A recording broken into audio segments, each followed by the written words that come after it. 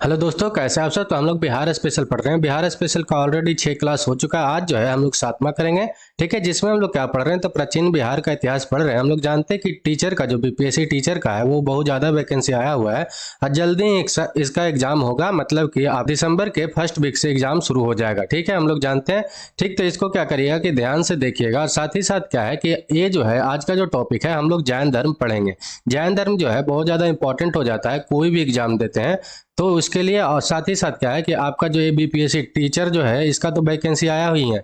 जल्दी ही आपका क्या हो जाएगा कि 17 बीपीएससी का भी एग्जाम होने वाला है।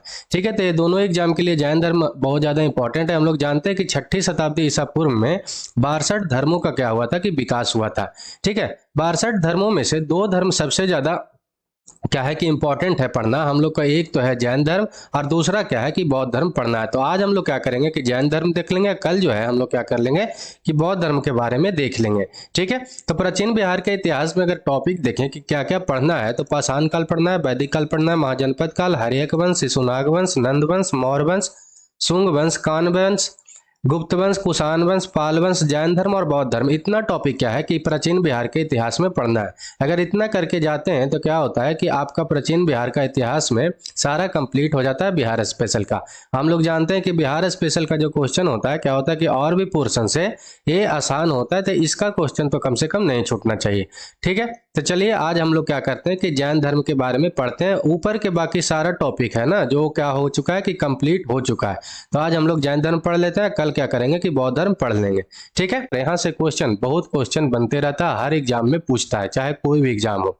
ठीक, तो जो हम लोग को इसमें टॉपिक क्या क्या पढ़ना है ये देख लेते हैं। तो प्राचीन भारतीय धर्म और दर्शन देखना है, जैन धर्म देखना है, जैन धर्म के तीर्थकर देखना है। ठीक है, जैन धर्म के 5 व्रत थे वो देखना है, त्रिरत्न देखना है। ठीक है, जैन धर्म के प्रचार प्रसार कैसे हुआ था वो, जैन धर्म के संगीतिया और सम्मेलन जो हुआ था किस वर्ष में हुआ था वो, कौन से स्थान पे हुआ था वो देख लेना। अध्यक्ष और इसके परिणाम क्या निकले थे ये भी हम लोग को देख लेना है। जैन धर्म के साहित्य देख लेना है, यहाँ से भी क्वेश्चन बनाता है। जैन धर्म को कौन कौन से राजाओं से संरक्षण प्राप्त हुआ था ये भी हम लोग को देख लेना है, यहाँ से भी क्वेश्चन बनते रहता है।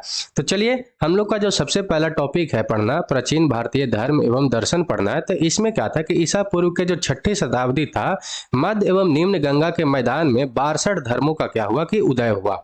लेकिन जैन संप्रदाय और बौद्ध संप्रदाय जो था सबसे ज्यादा महत्वपूर्ण था और ये बहुत बड़ा दोनों एक शक्तिशाली आंदोलन भी था, ये आपको ध्यान में रखना है। ठीक है, जैन धर्म के बारे में अब हम लोग देखते हैं डिटेल्स में। तो क्या होता है कि जैन धर्म एक प्रतिक्रियावादी धर्म था। कैसा धर्म था? तो आपका एक प्रतिक्रियावादी धर्म था, ये बात आपको ध्यान रखना है। ठीक है, जिसके प्रवर्तक कौन थे? तो ऋषभ देव थे। ठीक है, और उनको आदिनाथ भी बोलते हैं। और ऋषभ देव का उल्लेख कहाँ मिलता है? तो आपका ऋग्वेद में भी मिलता है। जब हम लोग ऋग्वेद पढ़ रहे थे तो वहां भी देखे थे, ऋग्वेद में इनका उल्लेख मिलता है। और ऋषभ देव के साथ साथ एक और आदमी का भी उल्लेख मिलता है, अरिष्टनेमी का। तो ये बात आपको ध्यान में रखना है, मतलब कि ऋषभ देव और अरिष्टनेमी का उल्लेख कहां पे मिलता है? तो आपका ऋग्वेद में मिलता है, ये हम लोग को ध्यान रखना चाहिए। ठीक है, चलिए आगे हम लोग देखते हैं। तो क्या है कि जैन धर्म के कितना तीर्थंकर हुए थे? तो 24 हुए थे। 24 में जो सबसे ज्यादा इंपॉर्टेंट कौन है? तो आपके महावीर हैं। ठीक है, सबसे ज्यादा, क्योंकि यही जो थे जैन धर्म का सबसे ज्यादा विस्तार किए थे। उसमें उसके बाद एग्जाम के पर्पज से कौन कौन इंपॉर्टेंट है? तो एक तो पहला आपको याद रखना है ऋषभ देव का, और 23वां याद रखना है पार्श्वनाथ का, और 19वां मलिकनाथ का, और 24वां आपको बहुत ज्यादा याद रखना है महावीर के बारे में। और महावीर के बारे में हम लोग में डिटेल्स में भी देखेंगे। एक नजर में अगर आप देख लें कि कौन कौन थे, तो पहला जो थे आपका ऋषभ देव थे, फिर दूसरा अजीतनाथ, तीसरा शंभनाथ थे, अभिनंदन नाथ थे, सुमति नाथ थे, प्रभु थे, सुपार्श्व नाथ थे, चंद्र प्रभु थे, सुविधि नाथ थे। ठीक है, शीतल नाथ थे, श्रेयांश नाथ थे, वासुपूज थे, बिलम नाथ थे, अनंत नाथ थे, धर्मनाथ थे, शांतिनाथ थे। ठीक है, कुंथुनाथ थे, अरण्यनाथ थे, मलिकनाथ थे। मलिकनाथ बहुत ज्यादा इंपॉर्टेंट हो जाते हैं, आपका पहला भी इंपॉर्टेंट है बहुत ज्यादा। ठीक है, मुनि सुरवत थे। ठीक, और नेमिनाथ थे, अरिष्ट नेमी थे, जिनका उल्लेख ऋग्वेद में मिलता है। ठीक है, ऋग्वेद में किनका किनका उल्लेख मिलता है? तो 22वां और फर्स्ट वाले का, इन दोनों का क्या मिलता है? तो ऋग्वेद में उल्लेख मिलता है। और 23वां से बहुत बार क्वेश्चन पूछते रहता है कि 23वां कौन जो थे तीर्थकर थे जैन धर्म का? तब पार्श्वनाथ थे। ठीक है, ये बात आपको ध्यान में रखना। और 24वें के बारे में तो हम लोग को बहुत ज्यादा डिटेल्स में भी देखना है। ठीक, तो ये 24 है, लेकिन 24 में ज्यादा इंपॉर्टेंट कौन कौन है? तो आपको याद रखना है, एक तो 24, 23, ठीक है। 22 भी याद रखना है आपको, मलिकनाथ के बारे में भी याद रखना, और आपका एक नंबर के वाले भी याद रखना है, ठीक। तो चलिए अब हम लोग देखते हैं जैन धर्म के बारे में। अगर हम देखते हैं तो जैन धर्म का जो उत्पत्ति हुआ है कहाँ से हुआ, तो जीन से हुआ है, जिसका तात्पर्य क्या है, तो विजेता होता है, ठीक है। और इसको देवता से भी ऊपर रखा गया है, ये भी बात आपको याद रखना है। जैन परंपरा के अनुसार क्या है कि 24 तीर्थंकर हुए हैं, अभी हम लोग देखे थे। और ऋषभ देव क्या है, प्रथम है, और 23वें कौन है, तो पार्श्वनाथ, और 24वें कौन है, तो अपना महावीर है, ठीक है। ये ध्यान में रखना है आपको। महावीर का जो जन्म हुआ था 540 ईसा पूर्व में वैशाली के कुंडग्राम में हुआ था। वैशाली कहाँ है, तो बिहार राज्य में है, ठीक है। ये भी ध्यान में आपको रखना है। उनके पिता का नाम सिद्धार्थ था, जो क्षत्रिय कुल के प्रधान थे। माता त्रिशला, जो लिच्छवी नरेश के चेटक के बहन थे। एक क्वेश्चन बहुत बार पूछते रहता है कि जो त्रिशला थे किन के बहन थे, तो नरेश चेटक के बहन थे, जो कहाँ के राजा थे, तो लिच्छवी। ये बात आपको ध्यान में रखना, कहाँ के राजा थे, तो लिच्छवी का एक राजा थे, ठीक। चलिए आगे हम लोग देखते हैं तो क्या हुआ कि महावीर ने 30 वर्ष की अवस्था में घर को अपना छोड़ दिए थे, मतलब कि त्याग कर दिए थे। और 12 वर्ष तक क्या किए, तपस्या करने के बाद उनको क्या हुआ कि जिरिम्भी ग्राम के समीप ऋजुपालिका नदी के तट पर कैवल्य मतलब ज्ञान की उनको प्राप्ति हुआ। ये बात आपको ध्यान में रखना है।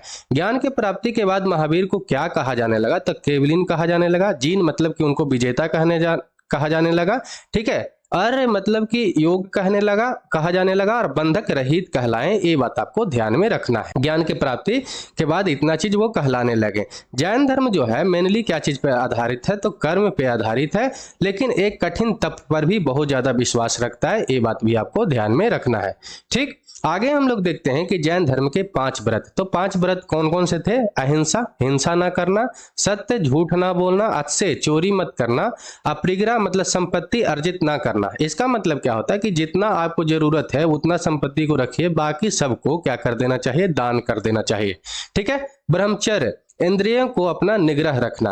ये जो 5वां व्रत था एक इनके द्वारा दिया गया था, तो महावीर के द्वारा दिया गया था। लेकिन बाकी का 4 ऊपर वाला किनके द्वारा दिया गया था, तो 23वां जो तीर्थंकर थे पार्श्वनाथ, उनके द्वारा दिया गया था। ये बात आपको ध्यान में रखना है, ठीक है। जैन धर्म में देवताओं का अस्तित्व तो स्वीकार किया गया है, लेकिन जीन से, जिसको हम लोग जीन का मतलब क्या बोलते हैं, विजेता, उससे नीचे रखा गया है। ये बात आपको ध्यान में रखना है, ठीक है। त्रिरत्न के बारे में देखते हैं तो जैन धर्म के 3 त्रिरत्न थे, जिसके द्वारा क्या होता था कि मोक्ष की प्राप्ति हो सकता था। एक था सम्यक दर्शन, सम्यक ज्ञान और सम्यक आचरण। ये तीनों क्या था, तो जैन धर्म के त्रिरत्न थे, और इन्हीं को जैन धर्म को त्रिरत्न भी कहा गया था। ये बात आपको ध्यान में रखना है।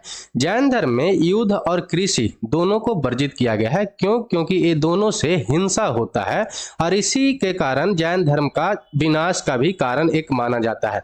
क्योंकि इतना भी कठोर होने से अगर कृषि ही नहीं करेगा तो आदमी खाना क्या खाएगा, और इससे भी धीरे धीरे क्या हुआ कि जैन धर्म का पतन होना शुरू हुआ था, ठीक है। ज्यादा कठोरता भी क्या होता है, किसी का पतन हो सकता है, ठीक। लेकिन आपको याद रखना एग्जाम के पर्पज से क्या कि युद्ध और कृषि दोनों वर्जित था। क्यों वर्जित था, क्योंकि ये दोनों से हिंसा होता है, कीड़ा मकोड़ा भी मरता है, इसके लिए ये बोला गया कि जैन धर्म में कि ये दोनों चीज नहीं करना चाहिए। साथ ही साथ आप देखे होंगे जैन अगर कोई आदमी होंगे तो वो मास्क पहनते, तो मास्क इसलिए नहीं पहनते कि उनको नुकसान होता है, मास्क इसलिए पहनते हैं कि कोई मच्छर उच्छर क्या हो कि उनके शरीर में न चला जाए और उससे मर न जाए। मौजा पहनते हैं क्योंकि कोई जानवर, कोई कीड़ा मकोड़ा दबे उनसे, तो उसको कम से कम नुकसान हो, ठीक है।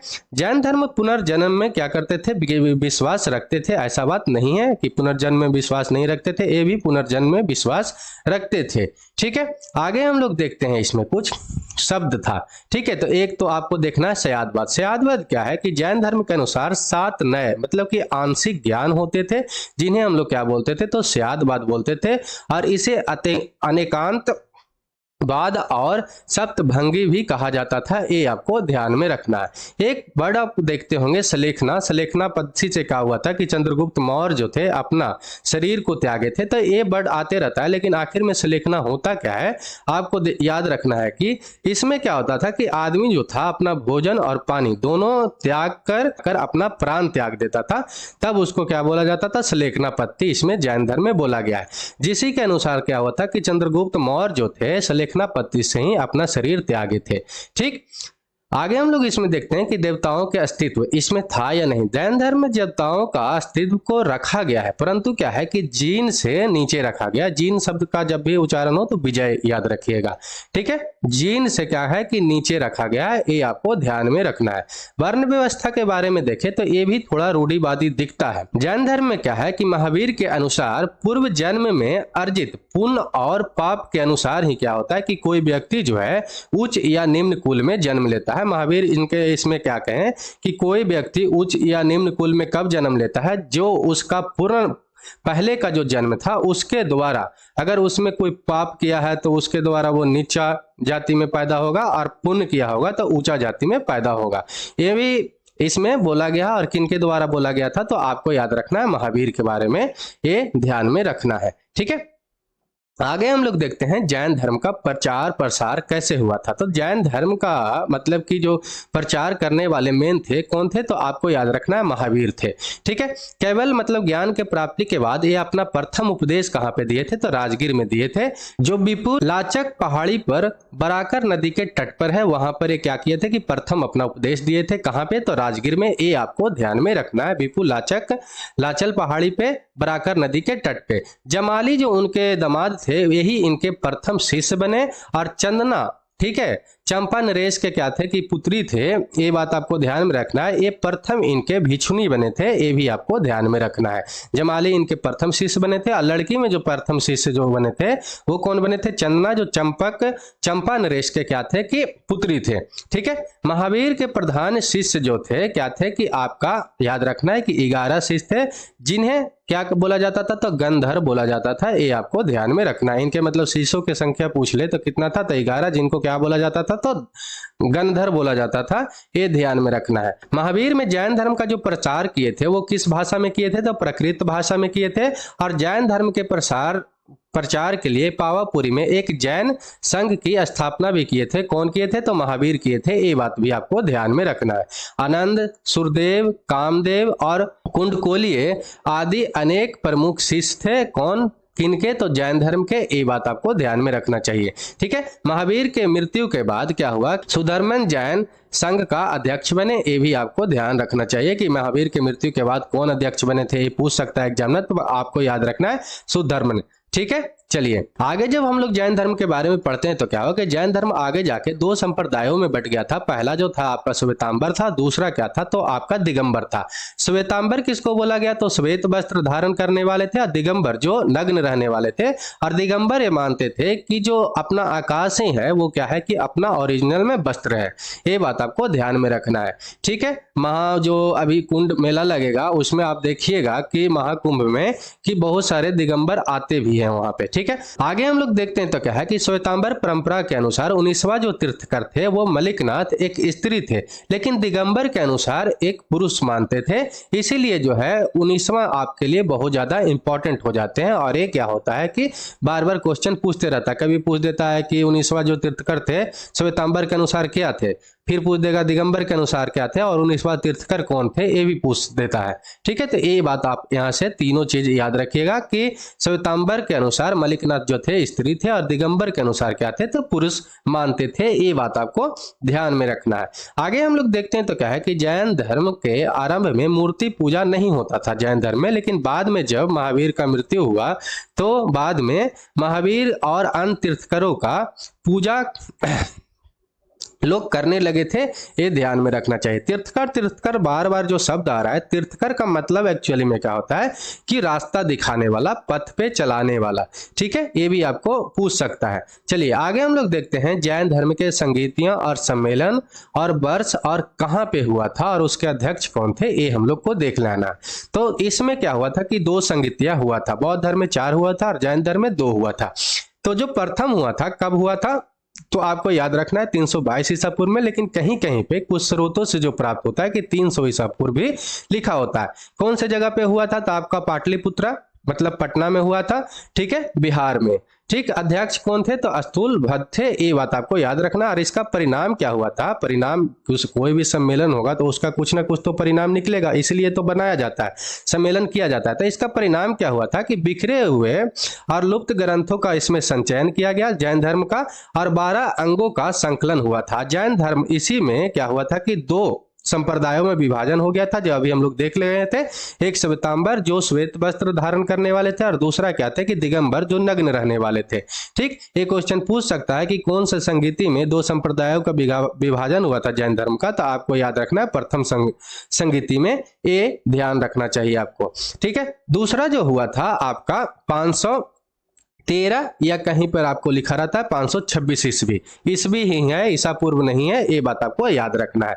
कहां पे हुआ था? तो आपका बल्लवी गुजरात में हुआ था। अध्यक्ष कौन थे? तो देवर्दी क्षमा श्रवण थे, ये भी आपको याद रखना है। इस सम्मेलन में क्या हुआ कि प्रकृत भाषा में जैन जो ग्रंथ था उसको संकलन किया गया। कौन से भाषा में? तो प्रकृत भाषा में। ठीक है, आगे हम लोग देखते हैं जैन धर्म के कुछ जो साहित्य था उसके बारे में। तो जैन धर्म के साहित्य को क्या बोला जाता है? तो आपको आगम बोला जाता है। ये क्वेश्चन बहुत बार बन चुका है। ठीक है, इसमें 12 अंग क्या है? आगम में क्या है कि 12 अंग है, 12 उपांग है, और 10 परिकीर्ण है, 6 छेद सूत्र है, 6 छेद सूत्र है, और 4 मूल्य सूत्र होते हैं। ये बात आपको ध्यान में रखना है। जैन धर्म के जो ग्रंथ है अर्धमागधी में लिखा हुआ है, ये भी आपको याद रखना है। और भद्रबाहु ने कल्प सूत्र को संस्कृत में लिखे हैं। ये भी क्वेश्चन आपका पूछा हुआ है कि जैन धर्म में जो भद्रबाहु है वो कल्प सूत्र को किस भाषा में लिखे हैं? तो आपको याद रखना है संस्कृत भाषा में। ठीक, लेकिन जैन धर्म के जो ग्रंथ है वो मेनली क्या चीज में आपका लिखा हुआ है? तो अर्धमागधी में लिखा हुआ है। प्रमेय कमल मार्तंड की रचना कौन किए हैं? तो प्रभाचंद किए हैं। ये बात आपको ध्यान रखना चाहिए। ठीक है, भगवती जो सूत्र है बहुत ज्यादा इंपॉर्टेंट है, और भगवती सूत्र जो है महावीर के जीवन पर प्रकाश डालता है, और साथ ही साथ इसमें ही 16 महाजनपदों का उल्लेख भी मिलता है। ये बात आपको याद रखना है। ठीक, जैन भिक्षुओं के आचार नियमों का उल्लेख आचारांग सूत्र में मिलता है। ये बात आपको ध्यान रखना है। ठीक है, परिशिष्ट पर्वन की रचना कौन किए हैं? तो आपसे पूछ सकता है, तो आपको बताना है कि हेमचंद्र के द्वारा परिशिष्ट पर्वन की रचना किया गया है। आगे हम लोग देख लेते हैं जो लास्ट वाला टॉपिक बचा हुआ था, शासकों का संरक्षण, मतलब कौन कौन से शासकों से इनको संरक्षण मिला था। तो जैन धर्म में अनेक राजाओं से क्या हुआ, इनको संरक्षण मिला, लेकिन इसमें सबसे ज्यादा जो इंपॉर्टेंट कौन थे? तो चंद्रगुप्त मौर्य। ठीक है, बाद में हम लोग देखते हैं कि और कौन कौन से राजाओं से मिला था। तो महापद्मन से मिला था, ठीक है, अमोघवर्ष से मिला था, खारवेल इत्यादि राजाओं से इनको बहुत ज्यादा सहायता मिला, संरक्षण मिला। ठीक है, गंग शासकों के अधीन एक सामंत चामुंड राय ने क्या किए थे कि कर्नाटक के श्रवणबेलगोला में गोमतेश्वर की प्रतिमा बनाए थे।